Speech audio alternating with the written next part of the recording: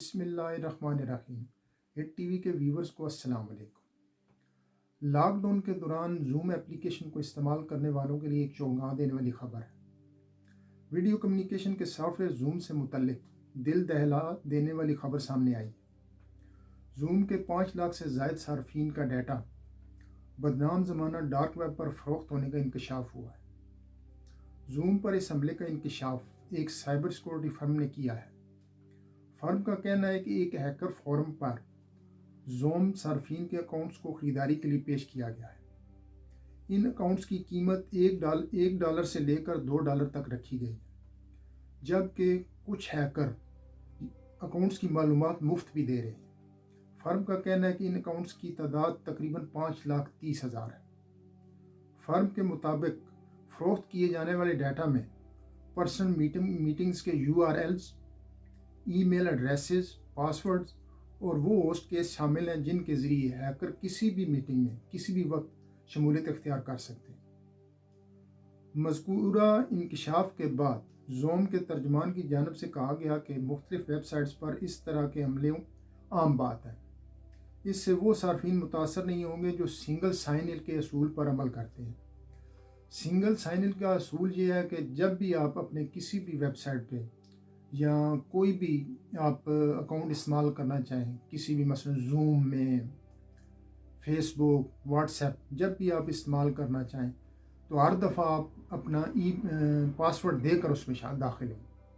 بعض لوگ اپنی آسانی کے لیے کہ ہم پاسورڈ بھول نہ جائیں تو وہ اس پاسورڈ کو اس ویب سائٹ پہ محفوظ کر دیتے ہیں، تو ایسے صارفین پر سائبر اٹیک ہونے کا بہت زیادہ خدشہ ہے۔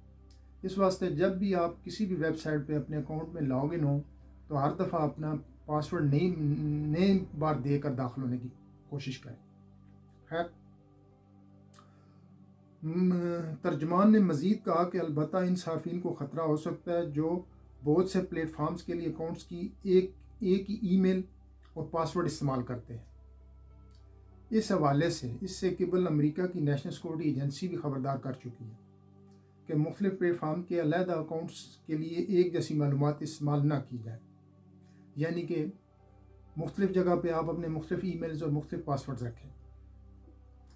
سن 2018 میں اسی ایجنسی نے اپنے ایک بیان میں کہا تھا کہ اگر کسی ایک پلیٹ فارم پر آپ کا اکاؤنٹ ہیک ہو گیا ہو اور آپ نے اسی اکاؤنٹ والا ای میل اور پاسورڈ دوسرے اکاؤنٹس کے لیے بھی مختص کر رکھا ہو تو آپ کے تمام اکاؤنٹس اور ان کے ذریعے تمام معلومات ہیکر کے نشانے پر ہوں گی۔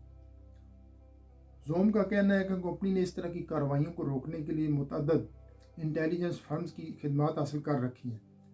علاوہ ازیں صارفین کو احتیاطاً اپنے پاسورڈز تبدیل کرنے کی ہدایت بھی کر دی گئی ہیں۔ دوسری جانب سائبر سیکورٹی فرم کا کہنا ہے کہ ہیک کیے جانے والے اکاؤنٹس میں نہ صرف انفرادی اکاؤنٹس شامل ہیں بلکہ بڑی بڑی کمپنیز کے اکاؤنٹس بھی شامل ہیں، جن میں سے امریکہ کا ایک مالیاتی ادارہ سٹی بینک بھی ہے۔ خیال رہے کہ کرونا وائرس کے باعث لاک ڈاؤن کے بعد جب نصف سے زیادہ کاروبار گھروں سے کیا جا رہا ہے، ایسے میں زوم پیشہ ورانہ رابطوں کا مؤثر ترین ذریعہ ثابت ہو رہا ہے۔ تاہم اس کے ذریعے ڈیٹا چوری، ہیکنگ اور دیگر خدشات بھی سامنے آ رہے ہیں۔ زوم کے فزی استعمال کو دیکھتے ہوئے ہیکرز نے اب اسے اپنے حملوں کا نشانہ بنانا شروع کر دیا۔ ایسے واقعات پیش آ رہے ہیں جب اداروں کے ملازمین کی ویڈیو کانفرنس کے دوران کوئی ہیکر بیچ میں گھس آیا اور اس نے پورنوگرافی اور نسل پرستانہ مواد ڈسپلے کر دیا۔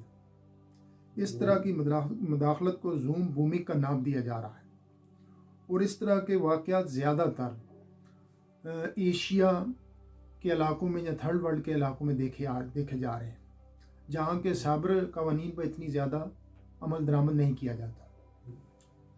زوم کی سیکورٹی کو پرخطر سمجھتے ہوئے کئی اداروں نے اس کے استعمال پر پابندی عائد کر دی ہے، جس کے بعد زوم کمپنی اپنے سافٹ ویئر کو محفوظ بنانے پر کام کر رہی ہے۔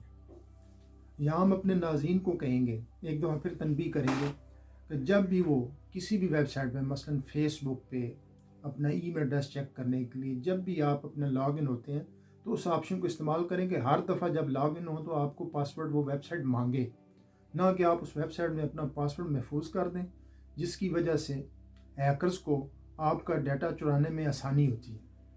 شکریہ۔ اور آخر میں ہٹ ٹی وی کے ویورز کو کہوں گا کہ ہماری اس ویڈیو کو لائک کریں، ہمارے چینل کو سبسکرائب کریں اور کمنٹس باکس میں اپنے خیالات کا اظہار کریں اور بیل آئیکن پر لازمی کلک کریں تاکہ آئندہ آنے والی ویڈیو آپ کو بر وقت مل سکے۔ شکریہ، اللہ حافظ۔